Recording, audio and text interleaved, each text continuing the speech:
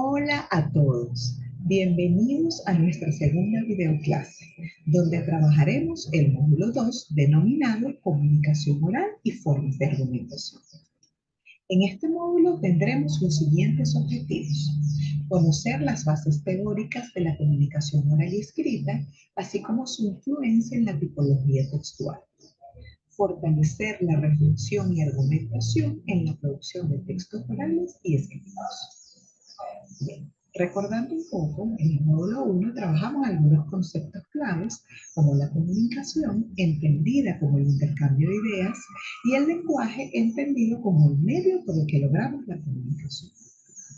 Al adentrarnos en la temática de la comunicación, vimos que existe la comunicación verbal u oral y la comunicación no verbal.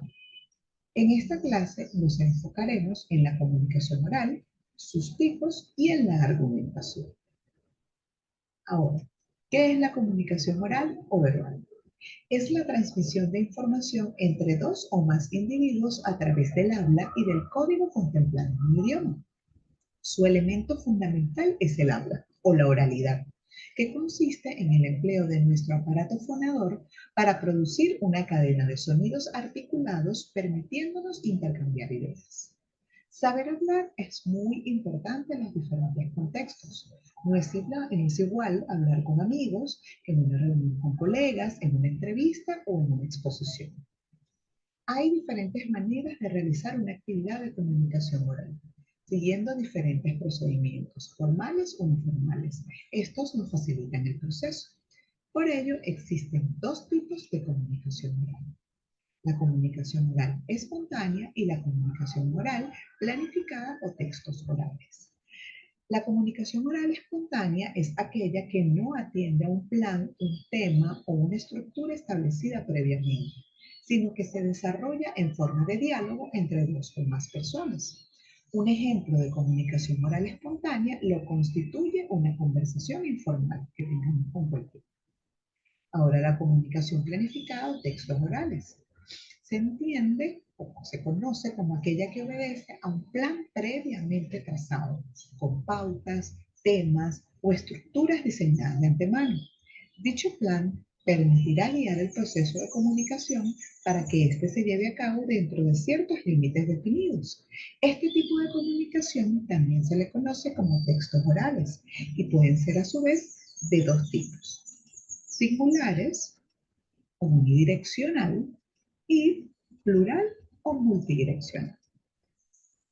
Hablamos de singular o unidireccional cuando en ella interviene solamente un emisor que se dirige a un público para exponer de manera extensa un tema o cuestión.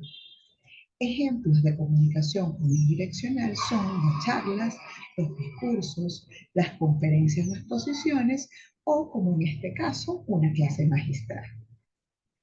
Tenemos ahora los textos plurales o multidireccionales. La comunicación oral planificada es multidireccional cuando dentro de las pautas de interacción se establece la intervención de varios interlocutores que participan u ofrecen sus distintas opiniones o enfoques sobre un tema o asunto definido de manera previa. Dentro de este tipo de comunicación se encuentran el diálogo, la entrevista, la discusión, el debate, el panel, también el simposio o la mesa redonda. ¿Qué características tienen los textos orales, tanto singulares como plurales? Bueno, la interacción. Uno de los aspectos más destacados de los textos orales es la posibilidad de interactuar entre el emisor y el receptor del mensaje. A diferencia de otros tipos de textos como los escritos, los textos orales permiten una comunicación que ambas partes puedan participar activamente. Segundo, el contacto emocional. Los textos orales suelen implicar un contacto emocional más directo entre el emisor y el receptor, debido a la presencia de elementos como el tono de voz, la entonación, el ritmo, la expresión facial, elementos que contribuyen a generar una conexión emocional más profunda entre las personas y a comunicar matices de significados y sensaciones que no pueden transmitirse quizás de la misma manera en la escritura. Otra característica interesante en los textos orales es la retroalimentación inmediata.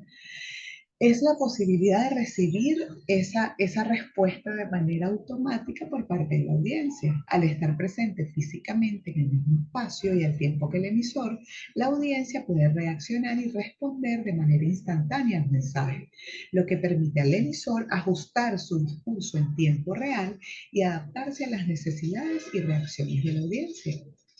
¿Qué más tenemos como característica? Bueno, elementos no verbales. Además del lenguaje verbal, los textos orales utilizan una amplia gama de elementos no verbales para poder transmitir significados y emociones, como la gestualidad, la expresión facial, el contacto visual, la postura corporal, el contacto físico y otros recursos comunicativos que enriquecen la comunicación oral y la hacen más impactante. Otra característica es la adaptabilidad al contexto.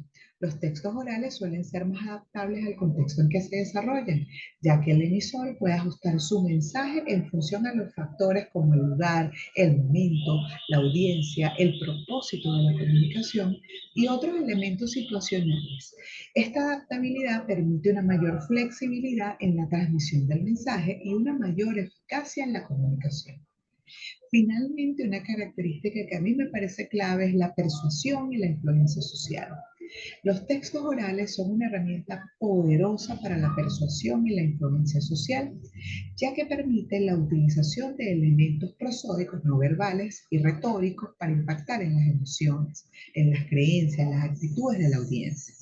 La comunicación oral es fundamental en ámbitos como la publicidad, la política, el activismo social, el liderazgo. Ahora, todos los textos orales, singulares como plurales, debemos planificarlos para llevarlos a cabo. También debemos escribirlos o textualizarlos a través bien sea de esquemas o guiones. Debemos revisar y practicar esto que nosotros hemos hecho. ¿Ok? Por ejemplo, esta clase no solo la planifico, es que desarrollo una presentación base, un guión, hago un esquema de qué es lo que voy a dar, practico mi discurso y mi oratoria para luego llevarla a cabo. Pero todo este proceso hay un elemento clave que debe considerarse y que no debemos olvidar, que es la argumentación, tanto para textos orales como para traducciones escritas, que lo veremos en el siguiente módulo, debemos hacer uso de la argumentación. ¿Qué es una argumentación? Una argumentación es un texto oral o escrito cuya finalidad es demostrar, mediante razonamientos lógicos, la validez de un punto de vista, de una opinión o de una perspectiva, y al mismo tiempo persuadir a los interlocutores o llamarlos a la acción. Ejemplo de ello básico puede ser una campaña política. Para argumentar, ¿verdad? Contamos con una serie de recursos que pueden utilizarse como lo son las citas textuales, que nosotros venimos usándolas por mucho tiempo y esto es una forma de argumentar. ¿Qué hacen las citas textuales? Bueno, refuerzan el argumento propio, ya sea por similitud, porque se parecen, o por el contrario, por contraste. También está la paráfrasis y las reformulaciones, que se toma un pensamiento, un concepto o un dato de un autor, o propio también, y se expresa con diferentes palabras. Están también las descripciones que se detallan y explican las características de un lugar, de una persona, de un animal, de una cosa, de una situación. También tenemos los ejemplos. Los ejemplos ilustran una afirmación general a través de la exposición de uno o más casos particulares, con el fin de aclarar o dar detalle a algún fenómeno o algún proceso. También tenemos las analogías, donde se vinculan dos elementos o situaciones a partir de una relación de semejanza con el objetivo de persuadir o volver al tema más afín del receptor. Por ejemplo, vayamos a ver la película de un actor X. La anterior es excelente, así que seguramente esta también. Finalmente, tenemos un elemento bien interesante que también nos ayuda a argumentar, que son los esquemas visuales o gráficos. Se presenta una estructura global de un tema y los distintos elementos vinculados con este a través de organizadores gráficos, de modo que la información se transmite de una manera visual. Este último, de hecho, vamos a hacer un ejercicio en nuestro encuentro síncrono, ya que me parece una herramienta bien interesante, no solo para la producción de textos orales, sino también para la comprensión lectora y para la producción de textos escritos. Muy bien, cierro esta clase enfatizando o reflexionando acerca de la importancia de la planificación de los textos orales como exposiciones o conferencias que ejecutaremos en nuestro día a día, tanto como estudiantes como trabajadores. Y una planificación que no solamente incorpore la práctica de la oratoria y el desarrollo de textos que lo sustenten, sino que sea argumentada y que esta argumentación se convierta en un elemento clave de tu competencia lingüística, ya que le da fuerza, validez y sustento a todo lo que digamos y escribamos. Me despido invitándolos nuevamente a revisar todos los recursos que tienen disponibles en el aula, a participar de las actividades que tenemos en el módulo y nos vemos en nuestro encuentro síncrono. Saludos para todos.